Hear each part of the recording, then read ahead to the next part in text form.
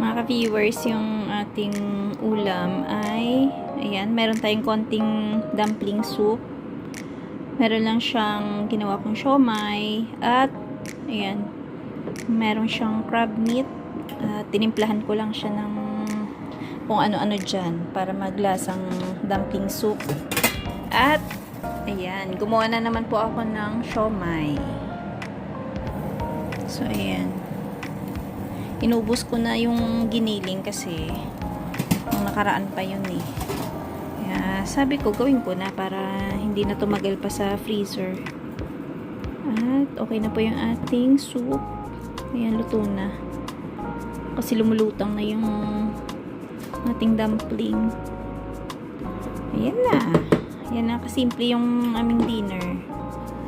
Kung gusto may sabaw, at least kahit pa paano may sabaw.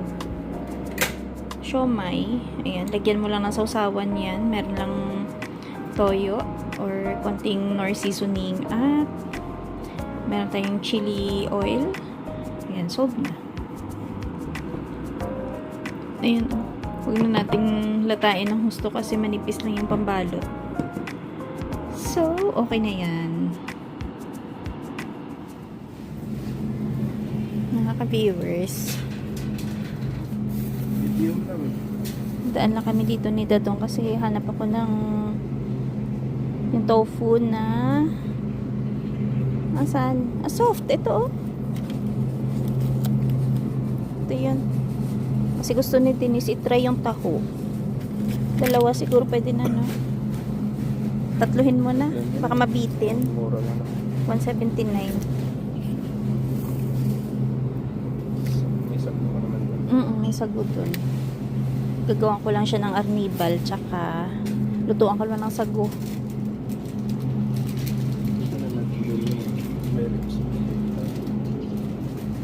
Tsaka tingin ako ng ano, frozen na saba.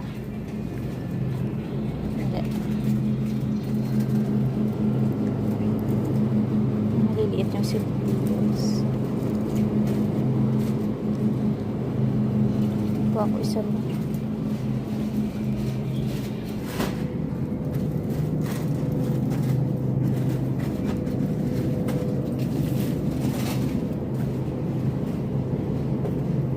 Wala masyadong nakasale na karne ah.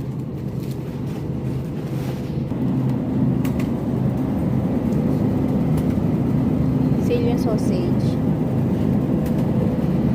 Anong flavor niyan? Italian. Bili natin yung sausage kasi 50% off. Lulutuin naman kagad eh. Oo. Masarap yan pang almusal. Parang nakasale yung mga chicken breast. Ito 50% off. Makaka-biryani lang natin eh, no? Parang nagsawa na ako sa biryani. May tira pa nga doon. Ayun din, no? Daming nakasale, oh. Sa bagay, pwede ibabad. Inasal?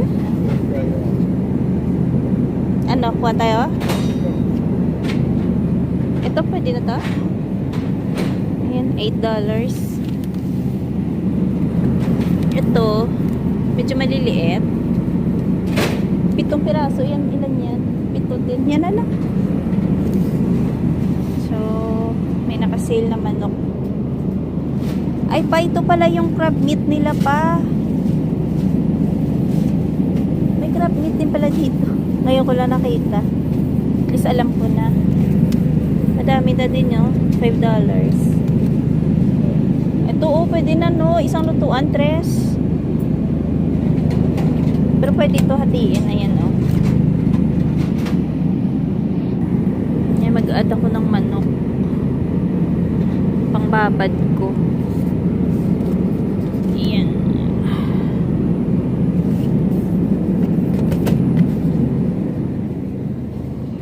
Dalawahin ko na yung manok. Pang chicken inasal. Tapos i-air fry lang. Dito kasi, pagka may sale, dapat kung kailangan mo naman, samantalahin mo na. Nakasale yung eggs. Limit 3. Bale, 477. Oh, sorry.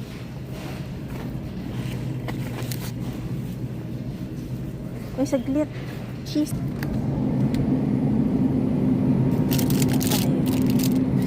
Huwag lang yung steak. Wala ba hindi thick?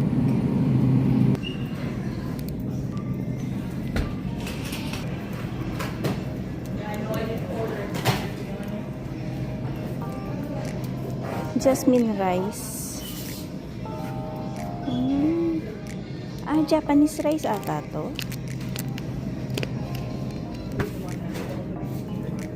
Isda. Ay, ito pa. Ito mas gusto ko yung golden saba. Hindi yan. Kumuha siya ng galunggong. Ay, hindi da galunggong to ah.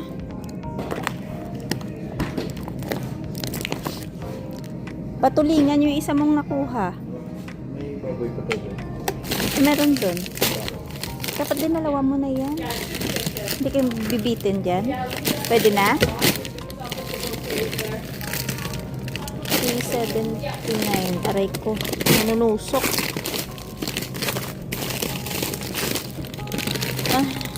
Taligay.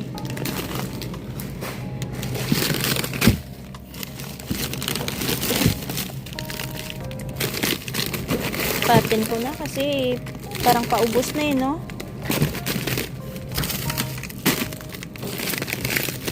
Sa sunod kasi yan, ano na yan? Regular na yan. Magiging 4 something, no? Okay na yan. Yung gata nila regular na ulit. Naka-sale naman pero 20 cents off lang. Wala dito yung, anong pang pangalan nun? Yung para siyang sunshine. Puro green peas lang na parang coated siya. Wala dito. Masarap eh. Saan? Try mo. Walmart siguro, no? Masarap siya, hindi siya maalat. Parang yun lang yung nagustuhan ko. Ito ano na ito, maalat na ito, spicy. 229, kanyang sugo. Boy bawang. Ayoko na niyan. Ay, parang nauwi sa dingdong. Wag na lang, mangangasim ako niyan kasi maalat. Nangangamoy halo-halo, no? Halaya tsaka nata. Meron pa tayo dun, sandwich bread. Favorite ni Dadong na palaman. Ang carnation dito kahit na naka-sale, dos pa din. Dati pag nag-sale yan, mga 1 something lang yan eh. Ang Eagle brand, ang mahal. 450. Kaya mura pa din dun sa Costco pag kayong bumili ka ng tatluhan ba, parang 3 something lang yung Eagle brand. Ang ganda ng mga plants nila. Ganda ng money tree, oh. Halos may mga ganito na tayong kulay pa, eh, no? Orchids. Pero mura, 19. Ay, oo nga, 20. Save siya ng dos. Sa iba kasi to, 25 to, diba? 5.7 siya. Ha. Diba na? Mura siya ngayon. So, yan, madaming mga orchids. Kaya lang yung color. Same lang. Na. Mura. Tulips. Ano to eh. Putol na yan. Hindi yan buhay.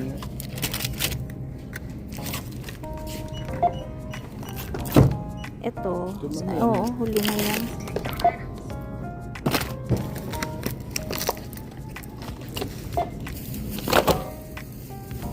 Ito pwede mo to search yung lemon.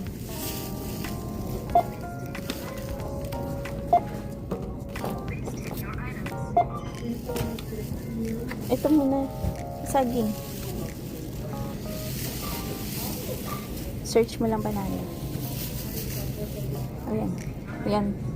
Place item on scale. Please take your items. Okay na yan. Tanggalin mo na. Please place item in the bagging area. Tapos ito. Search mo lemon. popular items or look up item alphabetically. Quantity needed. Okay.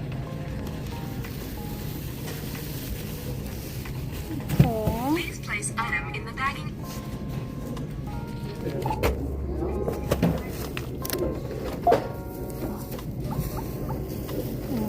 Plastic lang.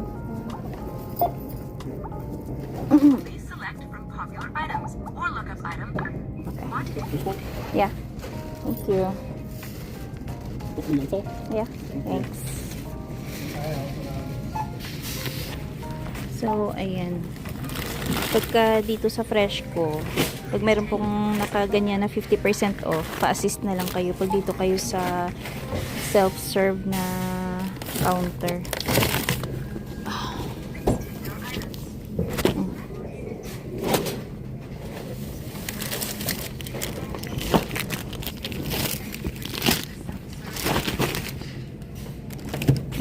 Tofu ni Beng Beng. Kunin mo pa. Receipt. Thank you. So, ayan. Chilly ngayong umaga. Medyo nagkaroon ng frost na konti. Ito po na pinili namin kanina. Gawan ko si Denise ng taho. First time namin matitikman to kung masarap nga ba yung gantong taho. So, gagawin ko, steam ko dito mamaya. Tapos itong basket, lagyan natin ng parchment paper. At steam natin dito yung tofu. Siguro mga up to 6 minutes. Yung sakto lang po na mainit siya. And then, gagawa akong arnibal. At, ito lang po yung tapioca pearls na gagamitin ko. Yung pino lang. Kasi nga, yung malalaki, medyo matagal po yung lutuin. Pero next time, kung magiging okay yung kalalabasan nito, gusto ko itry yung malalaking pearls kasi mas masarap yun eh. Medyo matagal nga lang gawin yung tapioca pearls na malalaki.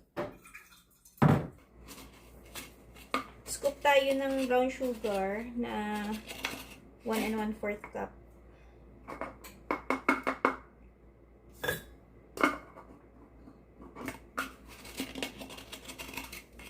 Medyo tumigas yung brown sugar ko.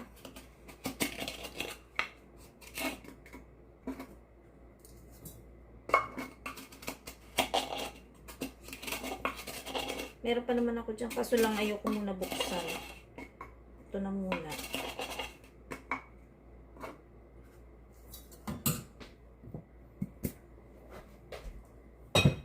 And then, 1 cup na tubig. Ayan. Ito po yung magiging arnibal. Tapos, ayan. May vanilla tayo na 1 teaspoon. Mga 1 teaspoon lang.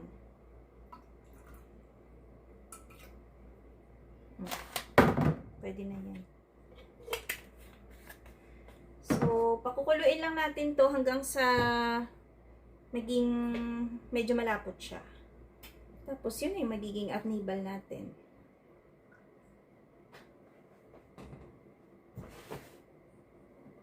Dito ka na lang. Sa kabila. So, yung tubig natin para sa tofu, medyo nakulo na siya. Lagyan natin ng parchment at ayan, lipat natin tong tofu.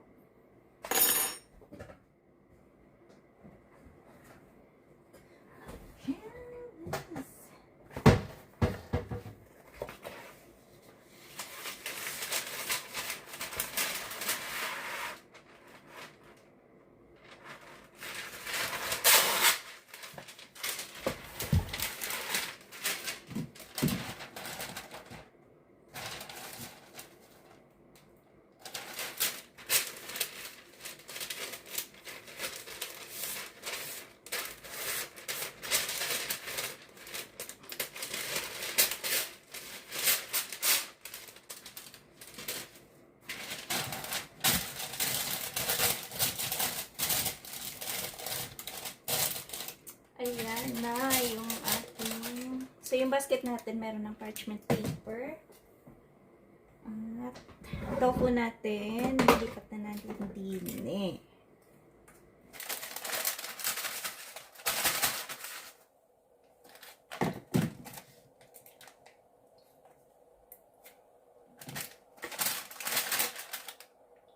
Ayan, na-transfer na natin. So, bali, 3 yung binili ko kanina. Pero, 2 lang muna yung iinit ko. Kung bukas, gusto ni Dadong, patry natin. Ay! Na-break yung isa. Pero okay lang. So, ayan siya mga ka-viewers. Steam na natin ng mga up to 6 minutes.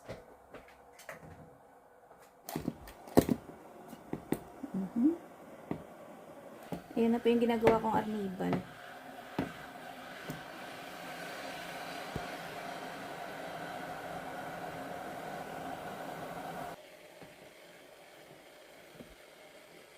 Ay, okay na siya. Ayan. So, off na natin to. Tapos, magluluto rin po ako ng sago. Lipat natin dyan.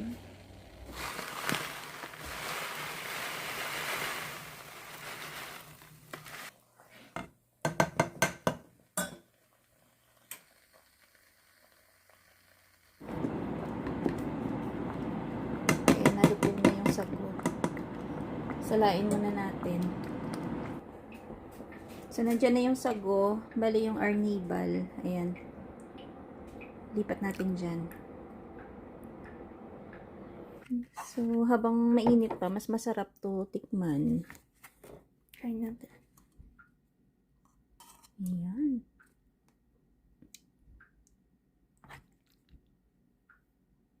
Up. Madami din pala yung isang balot, no? Okay na yan muna. Okay. Lagyan natin ng sago.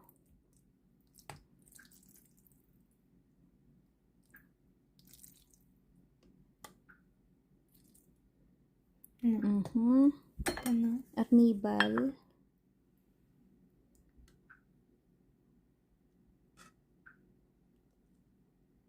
Mix mo muna kung sakto lang yung tamis. Kasi baka mamaya ma-over naman. Ma-overacting, te. Kuha ka ng kutsara. Syrup eh. Kuha ka muna kutsarang maliit doon para ma-feel mo na parang taho talaga. Na maliit? Maliit ba yun na ano? Hindi naman, may para lang ma-feel mo, ano, kasi maliit yung lagayan, 'di ba?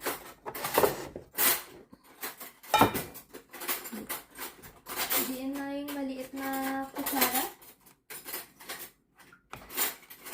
Sige, kahit na ano ah.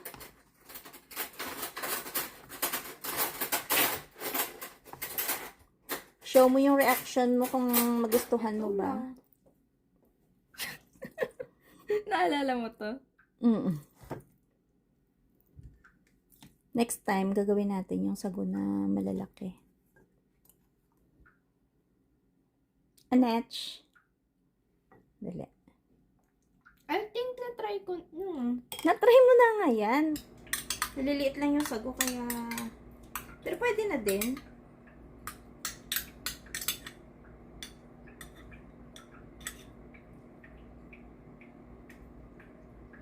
Uy, pwede na. Masarap. Masarap.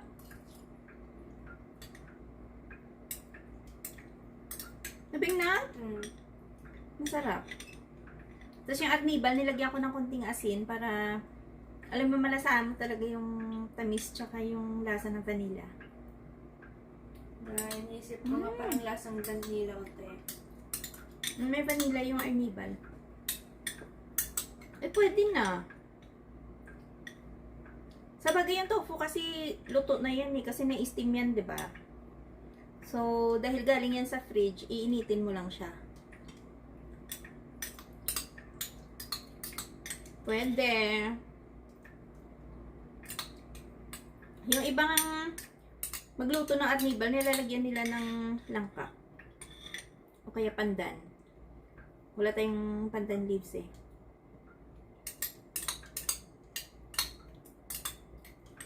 Sarap din ah.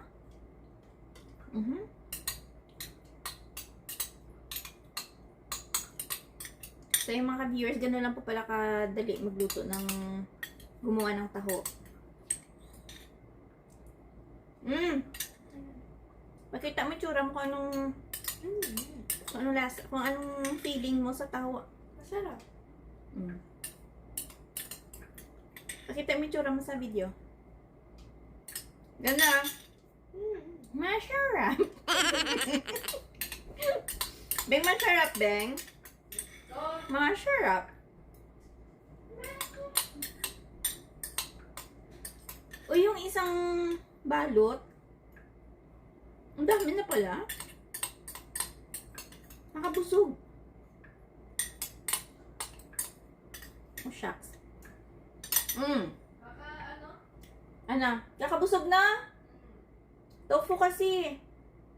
So, bukas, patry ko to kay Dadong. Kung magustuhan niya. So, yung mga viewers, madali lang gumawa ng taho pala. Sa ilang taon namin dito, ngayon lang ako nag-try gumawa niyan. Steam lang pala. Tsaka, dapat meron palang yung sago. Tsaka arnibal lang, diba?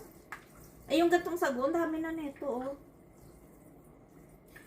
So, bukas, pwede pa itong gamitin.